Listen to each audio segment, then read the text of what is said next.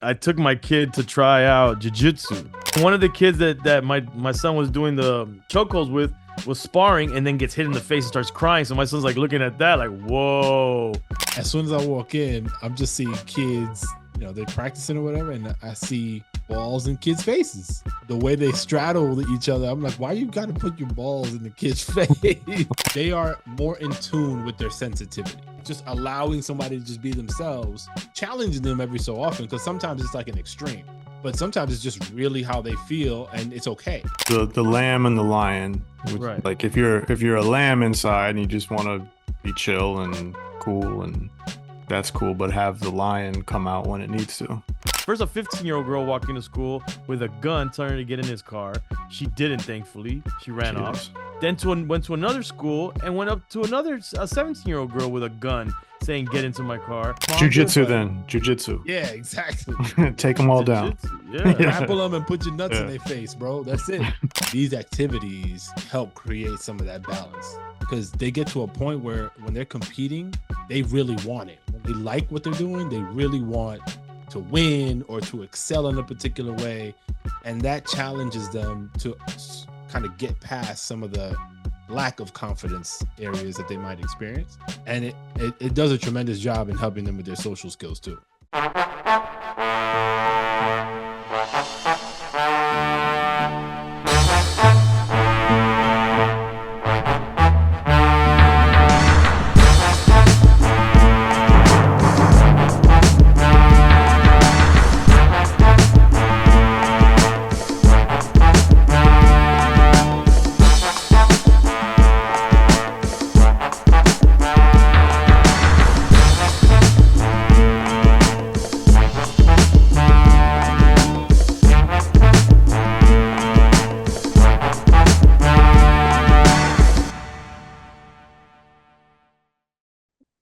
Yo. What's Gentlemen. up? Right in the building. Gentlemen. Energy. 3 the hard way. No Hey, hard pause.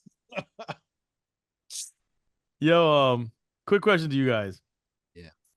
Did you guys find a rhythm with your children when they were really young, that they started going to school, and that it seemed like maybe the first couple of days they were super excited? And I'm talking about my son's age, maybe even my daughter's to a degree. They're super excited. Oh, it's all great. It's all new. It's all awesome. They feel like they're growing up, and then like they realize that, oh wait, I gotta keep going to this every day for 5 days a week for however long, and then all of a sudden they go from being great in the morning and proactive to now they're fighting going to school, like kicking and screaming. I still deal with it. Really? Oh yeah. Well, you've been dealing with it for different reasons. Not kicking and screaming, but just the realization of school, like, can I take today off? Monday starts. Like that's probably a different stage than the one I'm. Well, I'll tell you why. So my son, he started elementary school. Yeah. With his sister, and he's super hyped. Yeah, he's 4. He's super psyched about it. And then he was going no problem. Yeah, in the beginning he might have, because the way that they do is you have to drop off at the door, and the teacher's at the door holding, waiting for all the students to arrive, and then they all go in a line to their class, right, from the door of the school, the entrance of the school. So he was being hesitant to walk into that door in the beginning, but he didn't really like cry or anything. He would just like slow step in or say, I don't want it. But the first few days, like, he did that, but he still willingly went in and he didn't cry and anything. Yes. Then yesterday, my wife said that he was she let him, like, she let him like go at the door, and then she like was walking away, and then someone's like, excuse me, is this your kid? And he was like, he had turned around and made a beeline for her.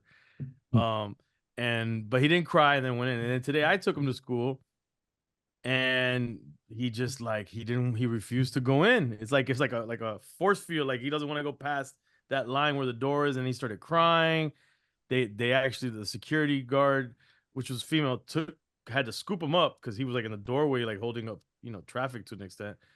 Scooped him up, and then his teacher came, and then he like threw himself on the ground crying. And yeah, so that happened, and we're just like, what? And then today was Grandparents' Day, so my mom went to the class, and supposedly he was happy as heck, and then when she left, he started crying too. Has he do you know if he's had any like not great interaction with any of the other kids? Because that could be Yeah, setting it off. he hasn't mentioned it. And then the day before, the teacher, there's two teachers for that VPK class, because I guess because it's a big class, and also like I'm assuming because they're little, in case there's accidents, you need kind of two adults there. Um, Standard. one of the teachers told my wife, "Oh, he's awesome." And then the other teacher, who's the his main teacher, came up. She had my wife sign something and said he's so well behaved. He's really great. And then my wife was like, "Oh, maybe it's because he used to go to like a daycare school setting before this." And she's like, "No, I've had kids that have done that." And she's like, "No, he's just a good kid. He's well behaved. It's like innately in him." So it's Oh, just weird that he would have this issue all of a sudden. I don't think it's that weird. I mean, they go through these little phases. This is brand new to him, so there's gonna be ups and downs. I mean, it's not the same, but it's related. Where with my youngest, when she was going to preschool, it was like the whole time she was going to preschool without fail. That whole year, we we would get her ready like the night before. Yo, you're gonna go to school, and like hyping it up, giving her all the positives of it. That usually would go okay. The morning of, she'd be a little bit tough to get ready, but ultimately she'll get ready and then she'll get in the car and be ready to go to school. Yo, 5 minutes down the road when we drop her off, even walking in, she'd be like, "Yeah, okay, yeah." She bought in. As soon as she crosses the threshold to her class, waterworks, doesn't want to let go of her mom.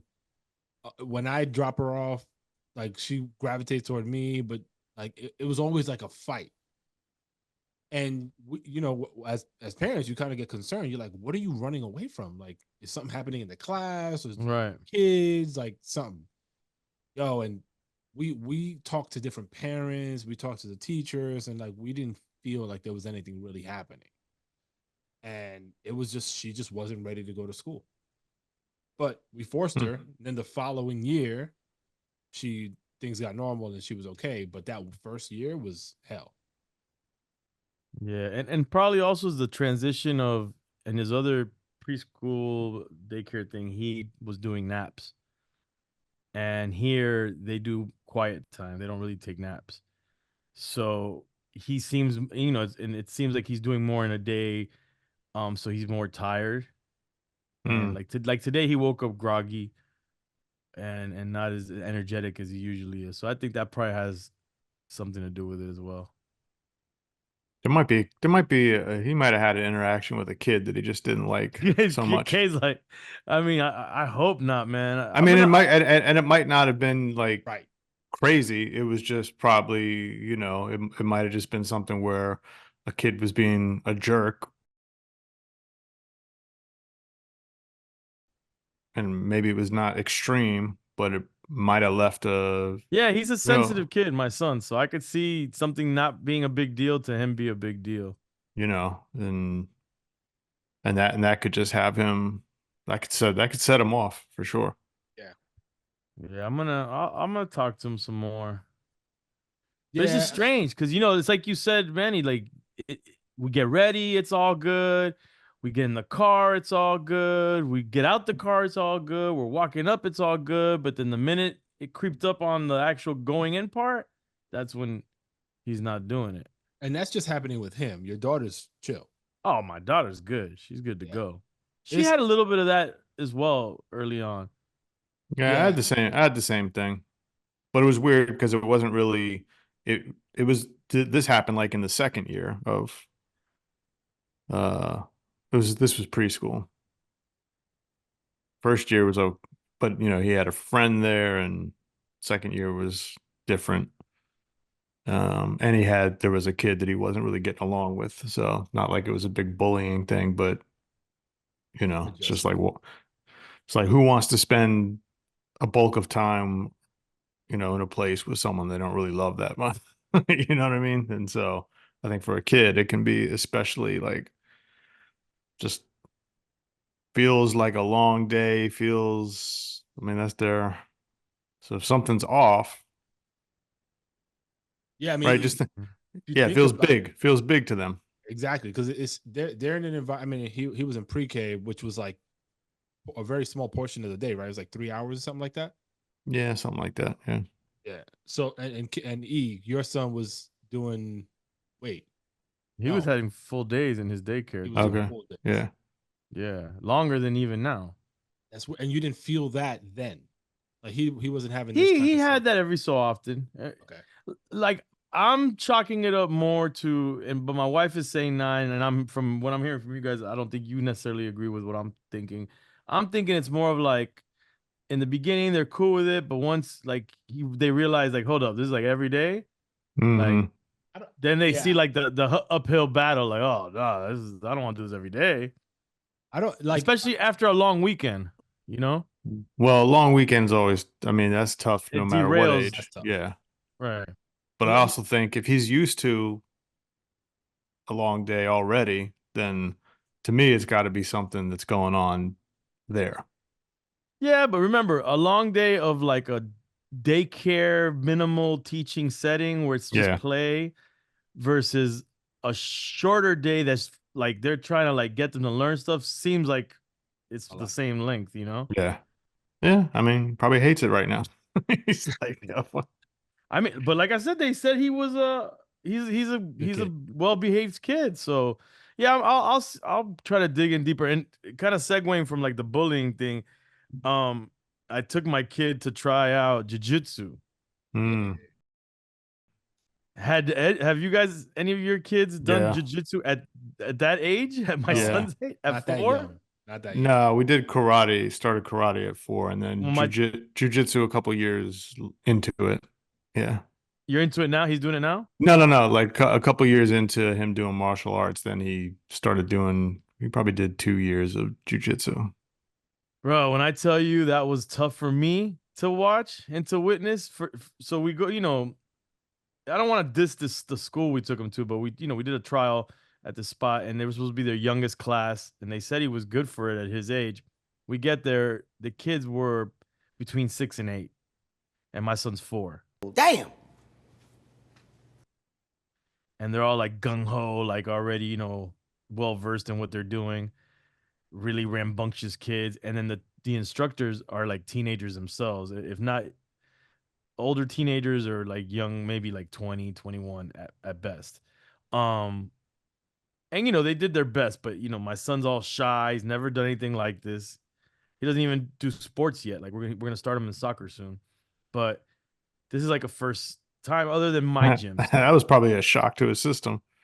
Dude, I expected him to cry immediately out of fear, or I expected him to just turn away to me and just be like, "Nah, I'm not doing this." But this kid really, really surprised me, and I don't know if it's keeping up the image because he's around a bunch of other boys that maybe did the trick, but he was super timid, super shy. You could tell he was scared, but he did the warm up, like he did the whole class. He did the whole class.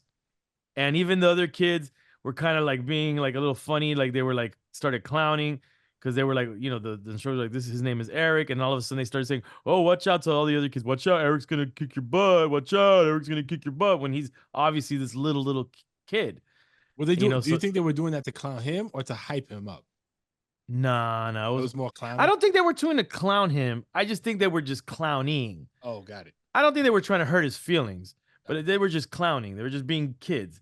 A And lot of then those one, kids, they're a little cocky. yeah, They yeah. got a little A bravado hundred in them. percent. Yeah. And then one of the kids is like, "Oh, why is he like halfway through the class? Why is he so quiet? Why is he so shy?" Because he was all timid and walking the thing slowly, and they're all like, the instructors were trying to like, like they're doing their jujitsu time, lapse the course, whatever.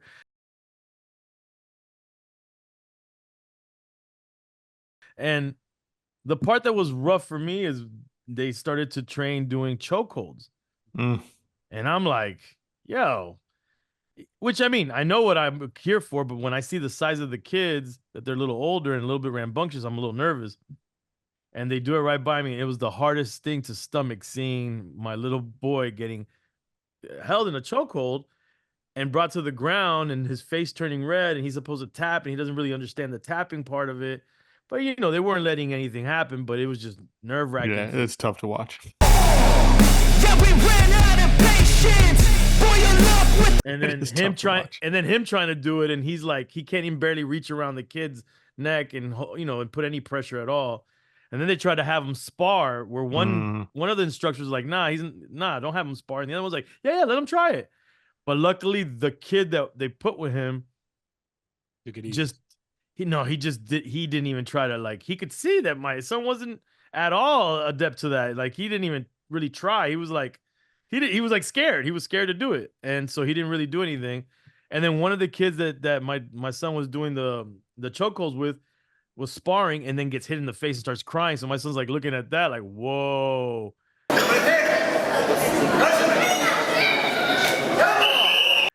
And then, but he did the whole class. He finished it. And I was like, yo, man, he made me so proud. I was super proud of him. And then I was like, yeah, did you like the class? He was like, yeah, And I was like, kids were kind of big. He goes, yeah. I go, do you want to try it another place? Yeah. So I'm going to try him now with what I really want is private classes so that he can get the fundamentals. And then once he gets the fundamentals in a private setting where he has more one-on-one training and not all that distracting, rambunctious stuff going on, then put him in a class setting. So that's what I'm going to try out next. But yeah, that was rough. When my son did it, it was probably a couple years ago now. So he's 11, so he was about 8 or 9. And I was afraid because I know how my neighbor's big into jiu-jitsu. Like his kids, his boys, do jiu-jitsu, and the oldest does, I think, both jiu-jitsu and wrestling. And they're good. Like the younger one is 8 years old. He's been doing it for, I think, 3 or 4 years now. So around the age of your son when he started. And he invited us to go to a practice class or whatever to feel it out. And as soon as I walk in, I'm just seeing kids, they're practicing or whatever, and I see balls in kids' faces. Like the way they straddle each other, I'm like, why you got to put your balls in the kid's face? And I'm like, yo, and I'm looking at my son, I'm like, yo, you about to get balls in your face. But I mean, the discipline and all of the stuff that comes with jiu-jitsu, I think is really dope. And in this class, they were super mindful of like the new kids, because there was a few other kids that were new to it. And they were like, they took it easy, but not super easy. Like they gave them like a good run for their money, so to speak. And I was afraid my son wasn't going to hack it, because my son, at that time, I didn't think he was tough enough. And he like enjoyed it. We didn't pursue it more because of scheduling and all the stuff we got them into, but I do want to revisit that and see, because the toughness it gives and just the techniques, if God forbid they get into some stuff, like it's super beneficial. It's one of the more realistic martial arts that you can use in real life scenarios. Yeah, everybody's gonna end up grappling on the floor in a fight. Like that's right where you're gonna end up. And your boy was telling me, that you love putting balls in dudes' faces when you grapple. So my boy that put his balls in your face? So when he was putting his balls in your face, he's like, yo, he likes this shit too? No, I think you're trying to live vicariously. No. He said something about you're just living bisexually.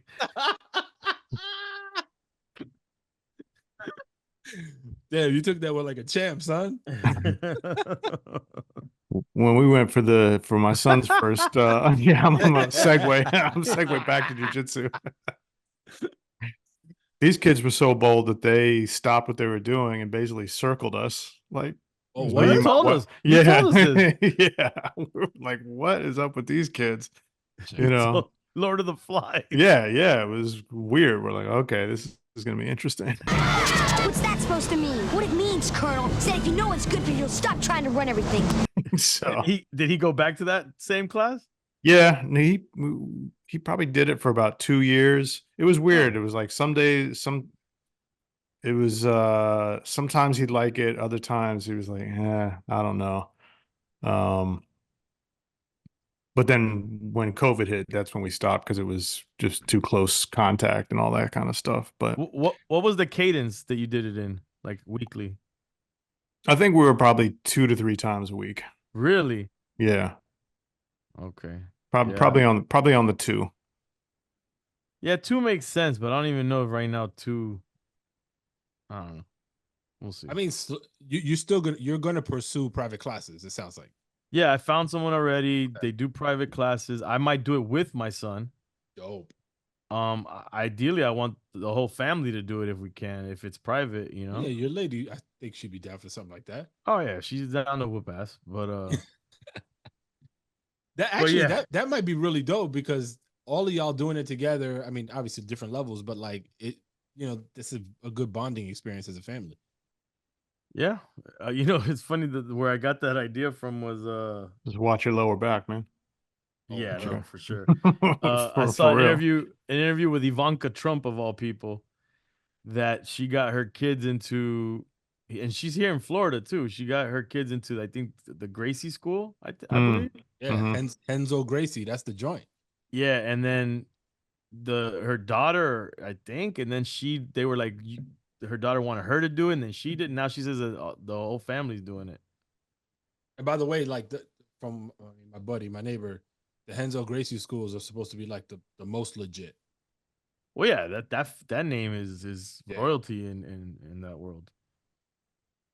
How long did your son, Manny, did he do it, or it was just the one? I think we went.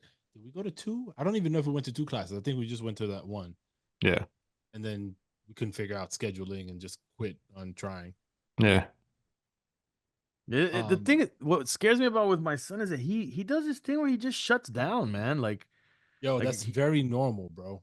Like, look, we might have covered this already, maybe a bunch of times, but like, it's a gift and a curse. Like, I feel like by and large, many of these kids now, and younger than my son, are, I hate to use the word soft because it has a negative connotation, but they are softer.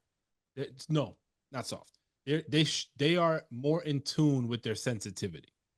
Mm-hmm. That's, I think, the better way to describe it. And as a parent, like, think about if your boy does some of the things that your kid does. The reaction as their friend versus the father is very different, right? Right. And when you think about it, you're like, damn, I've been screwing this shit up for a long time. Like, just allowing somebody to just be themselves, and then challenging them every so often, because sometimes it's like an extreme, but sometimes it's just really how they feel, and it's okay.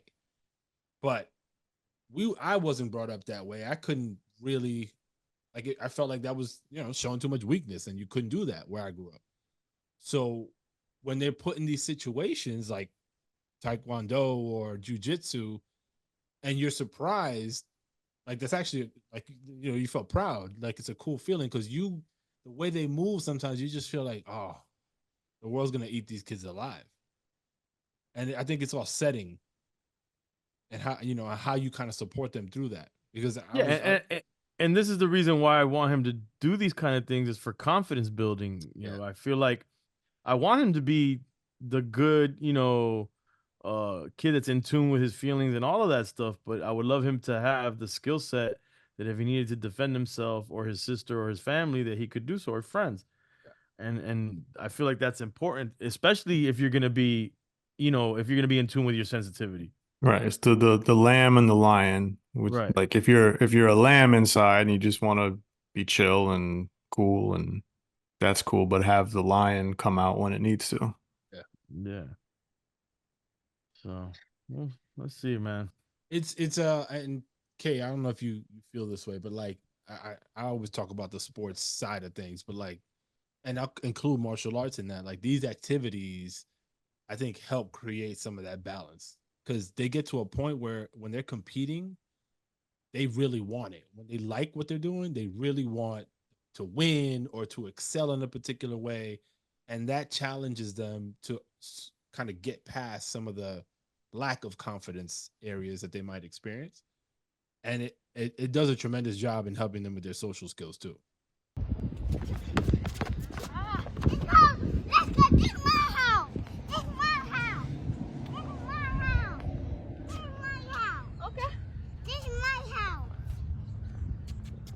I agree. But then you go to a point where we're at with the point is like when he was younger, it was a lot of trying a lot of different things and keeping a lot of different things going at the same time.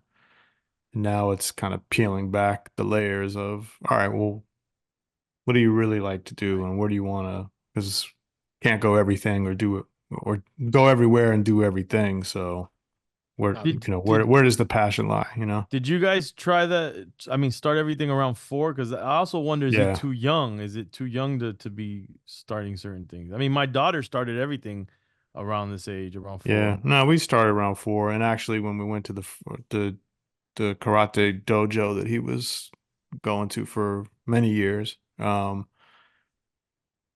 the sensei wouldn't, she was feeling him out at first, like, is he? Because she thought, well, maybe he might be too young at around 4, but she thought he was mature enough to start training. So I think it also depends on maturity level. Hmm. It's the age. I mean, is a factor, right? You're not gonna put them in at 2, but I think it's a comfort level thing. Like if you think that they are capable and they feel like it may not look like they're like dominant. That's not what you're necessarily looking for. You're just looking for, can they hang? Do they like it enough to try? And if those things check out, I think it's worth exploring. Well, one thing that he seems to be to thrive in is when he has that one-on-one. Like we did it with swimming, and he did really well with the one-on-one. I feel like my son he's kind of like an introvert in that way, where he doesn't like attention, good or bad. He doesn't like a lot of people like looking at him or talking to him. Um, and so, I don't want to like continue to like what's the word? Like I don't know, I don't know the right way to help him get over that. Right. But at the same token, if one-on-one training will help him, at least it'll be better for when he does join a class that he already has some skill sets. Well, yeah, he's young too, man. So you get him that one-on-one, build the Yeah. confidence, build the skills, and then you move it over. And I don't want to overthink it because he's so young. Yeah. I was watching, I saw something on, again, this is all social media crap, and everybody's an expert, but they were saying now, like, and talking about all these classes and all these things we put our kids in, they were saying everything is over curated for kids nowadays. Yeah. And everything is with guardrails and over curated, and it's a form of helicopter parenting, even when you're putting them in all these things, versus the free range kid in the 80s and early 90s that had more freedom and more space to be bored, or space to just play outside. And they're saying that that it's not good either for them to have all these activities. What do you guys think about that take? I mean, I see it in basketball all the time. It's like there's tons and tons of personal trainers when it comes to basketball, and it takes away from the free play of just going to the park and just playing with pick up, or learning how to play with different people, different age groups. Like it's everybody's playing with their own kind of core group, and they happen to be similar age, so skill development becomes a little challenging. But ultimately, like just that personal development aspect of it, like like how to deal with not people that you're not normally used to playing with, right? Or just like different skill levels across the board. Like it's easier to find when you have that bigger group. But so that's the gift and the curse with personal trainers, because on the one hand, skill development is important, but on the other hand, like you're missing on a lot of these things. So I don't love it, but I don't really know a way around it, because at the same time, it's like, damn, am I gonna let my kids go hang out at the park without me being there? Nah, it seems I'm not feeling it. Yeah. But when we grew up, like that was normal.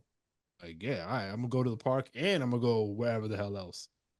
You're gonna ride your bike to the park, and or walk obviously to the park. all the problems we have today were happening back then. We just didn't know it. And now that we know it as parents, we know it. It's one thing if you don't know what you don't know doesn't hurt you. But now that we know it, and if we can avoid it, we're going to. Like right now in Broward County schools, 2 high schools on the same day. I think I forwarded to you guys maybe on our group text, but some dude was going up to a 17-year-old girl, First, a 15-year-old girl walked into school with a gun, telling her to get in his car. She didn't, thankfully. She ran off. Jesus. Then went to another school and went up to another a 17-year-old girl with a gun, saying, "Get into my car," and she didn't. And thankfully they caught the dude. But I wonder if he's done that before. You know, like what? Obviously, we know that the intention is not good. Yeah. So it's like, yeah, how could with this type of knowledge of knowing that these things happen out there and seeing all these videos of people, kids trying to get abducted all the time, how could you live with yourself of letting your kids be free range like the way we used to do it? The way we used to do it is wild, man. We would be like 5 miles away from the crib by the end of the day, running around getting lost because we're so far away from the crib we don't even know how to get home. Yo, and how like